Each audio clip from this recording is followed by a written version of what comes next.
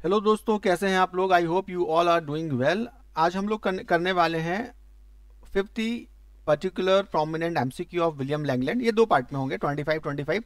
तो ये first part है। और अगर आप सेट के लिए प्रिपेयर कर रहे हैं, चाहे आप यूजीसी नेट के लिए प्रिपेयर कर रहे हैं, गाइस विलियम लैंगलैंड एक प्रोमिनेंट फिगर है और हम इसको जानते हैं पायर्स द प्लोमेन के वजह से। तो चलिए शुरू करते हैं विलियम लैंगलैंड साहब के बारे में कि क्या प्रोमिनेंट एमसीक्यूज है जो पूछे जाते हैं उनके बारे में। तो फर्स्ट, बिना किसी देर के, और मैं कोई आपके लिए ये ऑप्शंस नहीं पढ़ूंगा, मैं सीधे आपके लिए आंसर पढ़ूंगा, वो भी कुछ सेकंड्स के बाद। चलिए ठीक है।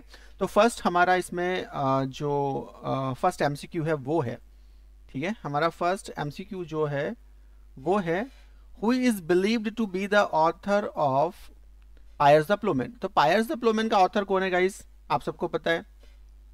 चलो मैं ऑप्शन पढ़ना ही पड़ेंगे आई थिंक मुझे। जॉफरी चौसर, जॉन गोवर, मोरल गोवर, विलियम लैंगलैंड, थॉमस मैलोरी।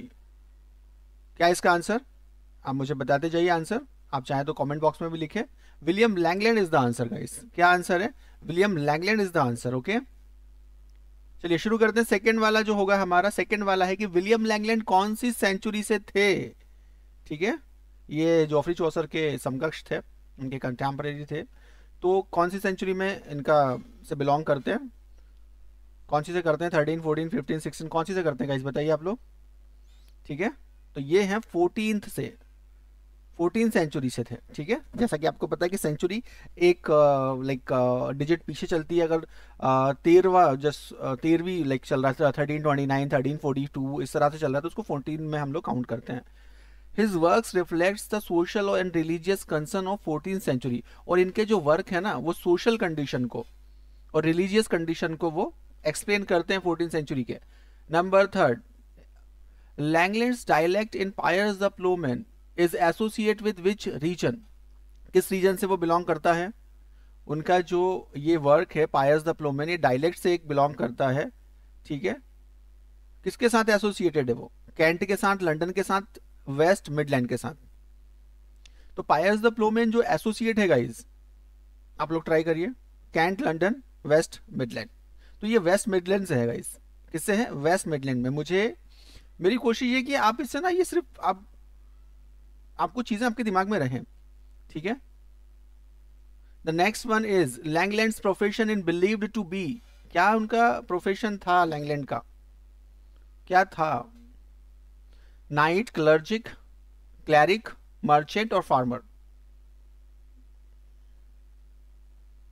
तो गाइज वो, ये उनका जो जॉब था, ये जो था ये था, ठीक है, क्लैरिक जॉब था उनका।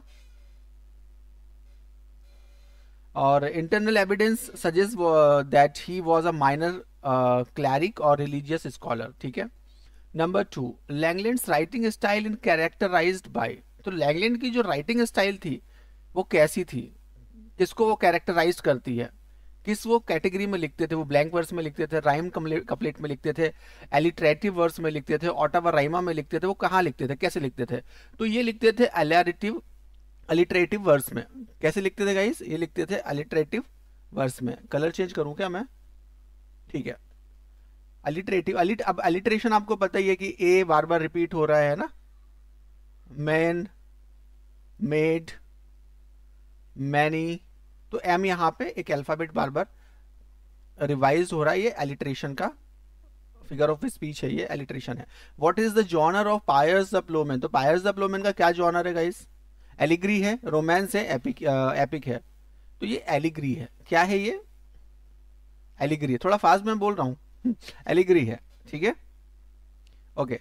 सो the next we have to proceed with the poem is divided into.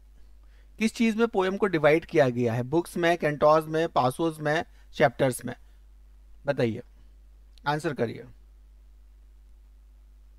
तो गाइस जब ये लिखते थे ना, तो वहां पे पैसोज में इसको डिवाइड किया गया है, उसका टेक्स्ट ABC में डिवाइड किया गया है, पैसोज में डिवाइड किया गया, याद रखिएगा।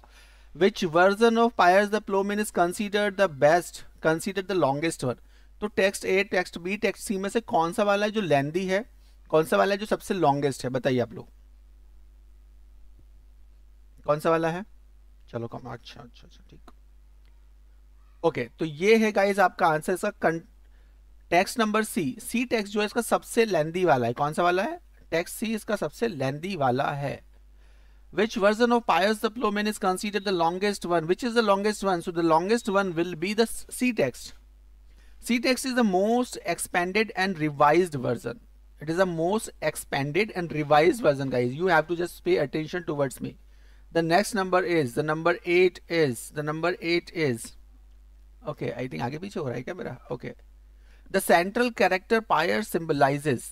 तो ये Pius जो है ना, ये किसको, Pius the Plowman, वो एक मजबूत किसान की बात करता है, किसान की बात करता है, तो किसको सिंबलाइज करता है, ये किसको सिंबलाइज करता है? तो गाइज आपने अगर ये पोम पढ़ी होगी तो ये अपने आप को एज अ शेफर्ड कंसीडर करके वहाँ पे ये एज अपने आप को एज अ जस्ट ड्रेस करके, एज अ शेफर्ड ड्रेस करके अपने आप को बताते हैं, अपनी विल से बात करते हैं और विल को एज ए ये नरेटर इसमें शो करते हैं। तो ये जो आपका पायर सिंबलाइज करता है इसमें क्रिस्ट लाइक फिगर, उसको ईश्वर से जोड़ के इन्होंने बताया है, क्रिस्ट लाइक फिगर इन्होंने विलियम लैंगलैंड ने बताया है पायर्स को। Okay, the next one is the pome begin with. तो पोम जो होती है वो किसके साथ शुरुआत होती है, किसके साथ शुरुआत करती है? तो ये ड्रीम देखते हैं कि इनका ड्रीम विजन है। देखो आपको pierce the Plowman, vision of like kind of, वो उसमें टाइटल्ड ऑलरेडी, तो उसी से भी हम लोग समझ सकते हैं कि ये ड्रीम विजन में ये शुरुआत होती है इस पोम की, ड्रीम विजन के साथ इसकी शुरुआत होती है। ठीक है, Langland uses dream vision as a narrative frame. तो ये जो पोम है ना, इसमें लैंगलैंड ने यूज किया है dream vision as a narrative frame, narrate कर रहे हैं वो ड्रीम में। Number 11, the number 11 is which theme is central to Piers the Plowman. अब पायर्स द प्लोमैन की ये सेंट्रल थीम क्या है, क्या कहना क्या चाह रहा है वो, है ना, क्या कहना चाह रहा है इसमें विलियम लैंगलैंड, क्या कहना चाह रहे हैं? ठीक है, तो वो बात कर रहे हैं इसमें आत्मा की मुक्ति की। ये सारी चीजें झूठी हैं, ईश्वर सत्य, साल्वेशन की बात कर रहे हैं, मुक्ति की बात कर रहे हैं, किसकी बात कर, एक बार पढ़ लेना आप। और पोम को आई थिंक मैंने भी एक मेरा वीडियो है पायर्स द प्लोमैन में, where I have explain each and everything, और अगर वो अपलोड नहीं होगा तो आई विल अपलोड इट, और उसमें बहुत ही लाइन बाय लाइन एक्सप्लेन किया है। क्योंकि William Langland guys prominent figure है, और विलियम लैंगलैंड चाहे it's UGC NET, whether it's like MP SET which is going to be held shortly, तो विलियम चौसर के जॉफरी चौसर के ये समकक्ष हैं, और पायर्स द प्लोमैन से पूछा ही जाता है क्वेश्चन, कुछ ना कुछ, एक या दो क्वेश्चन कभी ना कभी, और अगर आप स्पेशली एमपी सेट को प्रिपेयर कर रहे हो तो मिल जाएगा। ठीक है, the poem begins with, the next one is, where is it, the character lady holy church represent. Okay, the character lady holy church present, ये इसमें एक कैरेक्टर आता है लेडी होली चर्च, जो किसको रिप्रेजेंट करता है, किसको रिप्रेजेंट करता है, इंपॉर्टेंट है। तो ये जो इसमें एक कैरेक्टर है लेडी होली चर्च, वो द आइडल क्रिश्चियन लाइफ को रिप्रेजेंट करती है। किसको रिप्रेजेंट करती है? द आइडल क्रिश्चियन लाइफ को लेडी होली चर्च प्रेजेंट करती है, ध्यान रखिएगा आप लोग। Okay, she guides the narrator towards the spiritual truth. और जो लेडी होली चर्च है ना, वो क्या करती है, वो गाइड करती है, पोएट को गाइड करती है, सोल को गाइड करती है टुवर्ड्स द स्पिरिचुअल ट्रूथ, जो मतलब स्पिरिचुअल ट्रूथ है उसके तरफ, उसको हमें गाइड करती है पोएम के थ्रू। विल को गाइड करती है ना, वो विल को नरेटर बना के इन्होंने शो किया है, पोएम को नरेट किया, समझाया है। और एक आम आदमी की, ये सोशल और लाइक एक आम आदमी की के लिए ये लिखी गई पोएम है, जिसमें विलियम लैंगलैंड दिखाते हैं कि जो आत्मा का सत्य, आत्मा की एग्जैक्टली स्थिति क्या है, वो क्या चाह रही है, उसकी विल क्या है। ठीक है, चलिए नेक्स्ट वाले पे बढ़ते हैं हम लोग। द कैरेक्टर फॉल्स रिप्रेजेंट, तो कैरेक्टर है इसमें एक फॉल्स, तो फॉल्स जो है वो क्या रिप्रेजेंट करता है? पॉलिटिकल करप्शन, हिपोक्रेसी, पैगनिज्म या ग्रीड, किससे करता है वो? तो इसमें अलग अलग कैरेक्टर्स हैं, 7 डेडली सिंस। तो फॉल्स यहाँ पे हिपोक्रेसी को दिखाता है गाइस, किसे दिखाता है? यहाँ पे हिपोक्रेसी को वो दिखाता है ना, ये कैरेक्टर है फॉल्स, इसमें विल कैरेक्टर है, फॉल्स कैरेक्टर है। The next one will be the false is a personification of deceit, है ना, फॉल्स किसकी पर्सोनिफिकेशन है? वो डिसीट की पर्सोनिफिकेशन है। Okay, number 14th is the 7 deadly sins appear, बहुत इंपॉर्टेंट है बॉस।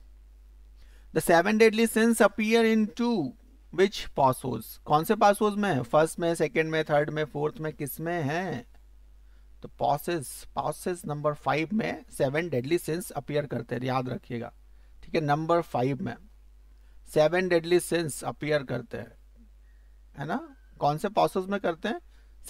7 डेडली सिंस 5th पासोस में अपीयर करते हैं, प्रकट हो जाते हैं। Number 13 is the poem critics. किसको क्रिटिक्स करती, किसको क्रिटिक करती है, किसको क्रिटिक करती है पोएम, बताओ? Federalism, church corruption, royal authority या पैगन रिचुअल्स, किसको करती है? तो गाइज उस समय में ना चर्च में करप्शन था, ये करप्शन को इंडिकेट करती है पोम। किसको करप्शन इंडिकेट करती है? ये पोएम या पोम इंडिकेट करती है, it indicates towards the church corruption. इसकी वजह से ना परेशानी हुई थी थोड़ी सी आगे। Okay, 16 number, actually Langland condemns clerical grid and hypocrisy. तो वहां पे अलग अलग तरह के भ्रष्टाचार हुआ करते थे उस समय, ठीक है। और वो आपने like as a being a student of English literature, pardon वाला जो एक मामला था कि आप कुछ यहाँ पे डोनेट कर दो तो आपको माफ़ करवा देंगे आपके एसेंस के लिए, आपके क्राइम के लिए, और you can just be pure, your soul could be pure again. तो ऐसा इस तरह की चीज़ें करप्शन चर्च में हुआ करते थे उस समय में। तो लैंगलैंड्स वर्क इज कंटेम्परेरी विद, मैंने आपको थोड़ी देर पहले ही बताया था in the beginning of the video कि ये किसके कंटेम्परेरी थे, किसके समकक्ष थे। शेक्सपियर बहुत बाद में आए, मिल्टन, ड्राइडन सब बहुत बाद में आए हैं। चौसर साहब के थे ये समकक्ष। किसके कंटेम्परेरी थे? ये चौसर के कंटेम्परेरी थे, जॉफरी चौसर के ये कंटेम्परेरी थे। Both wrote in 14th century, दोनों ने लिखा है। विलियम लैंगलैंड है, जॉफरी चौसर है, एंड ओके चलिए शुरू करते हैं। कंटेम्परेरी तो actually the age of Chaucer है, पूरा का पूरा एक लिस्ट है, उसमें ये लोग हैं, है ना। चलिए मैं बता ही देता हूँ आपको। हाँ, Geoffrey Chaucer, William Langland, John Wycliffe, John Mandeville, Thomas Occleve, okay, John Lydgate, ये सारे एक समय के हैं। चलिए अगला वाला लेते हैं हम लोग। विच मोमेंट डज लैंगलैंड्स वर्क एंटिसिपेट? तो जो लैंगलैंड का वर्क है वो किसको एंटिसिपेट करता है? ओके, किसको एंटिसिपेट करता है? ऑप्शन है हमारा रिनांसा, रिफॉर्मेशन, एनलाइटमेंट या रोमांटिसिज्म। किसको रिप्रेजेंट करता है? तो ये रिफॉर्मेशन को रिप्रेजेंट करता है। इनका वर्क क्या है? सुधार को, कि जो समाज में कुरीतियां हैं उसको कैसे रिफॉर्म करें, उसको कैसे सुधारें। तो रिफॉर्मेशन की तरफ एंटिसिपेट करता है, ओके, उसकी पूर्व भविष्यवाणी करता है। लैंगलैंड्स वर्क इन्फ्लुएंस, तो लैंगलैंड का जो वर्क है वो किसको इन्फ्लुएंस करता है guys? John banyan, Edmund Spenser, Alexander pope, William black, किसको करता है ये? तो लैंगलैंड का जो वर्क है वो इन्फ्लुएंस करता है जॉन बैनियन को। किसको करता है? इन्फ्लुएंस जॉन बैनियन को करता है। और बैनियंस पिलग्रिम्स प्रोग्रेस इकोज लैंगलैंड्स एलोग्रिकल स्टाइल। तो इसमें जॉन बैनियन का एक वर्क है पिलग्रिम प्रोग्रेस, जो कि हमारे एमपी सेट और यूजीसी नेट के लिहाज से भी बहुत इंपॉर्टेंट है। तो ये जो लैंगलैंड का जो एलोगरिकल स्टाइल है वो इन्होंने यूज किया है। किसने यूज किया है? जॉन बैनियन ने यूज किया है। ठीक है, आगे बढ़ते हैं। Number 16 is which literary device is dominant in Piers the ploughman? ये भी मैंने इंडिकेट कर दिया पहले कि इसमें ना बहुत ज्यादा वर्ड्स रिपीट होते हैं, है ना। आयरनी है, एलेगरी है, हाइपरबोले है, पैरोडी है। विदाउट डिलेइंग एलेगरी इसमें यूज हुआ है, ठीक है, okay.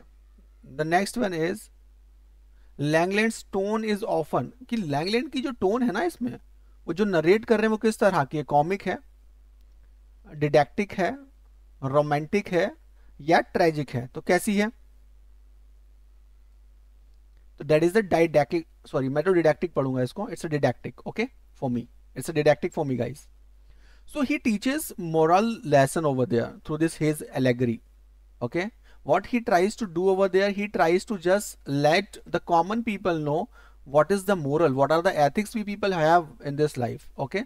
So he teaches over there moral lesson, so didactic tone is there. Which character in Piers the Plowman represent the ideal Christian worker? अरे वाह, क्या शानदार क्वेश्चन है, समझने वाला क्वेश्चन है। हाँ, तो विल, पायर्स, रीजन और विल पायर्स और हाँ कौन सा होगा इसमें, देखिए आप लोग, पायर्स प्लोमेन रिप्रेजेंट द आइडल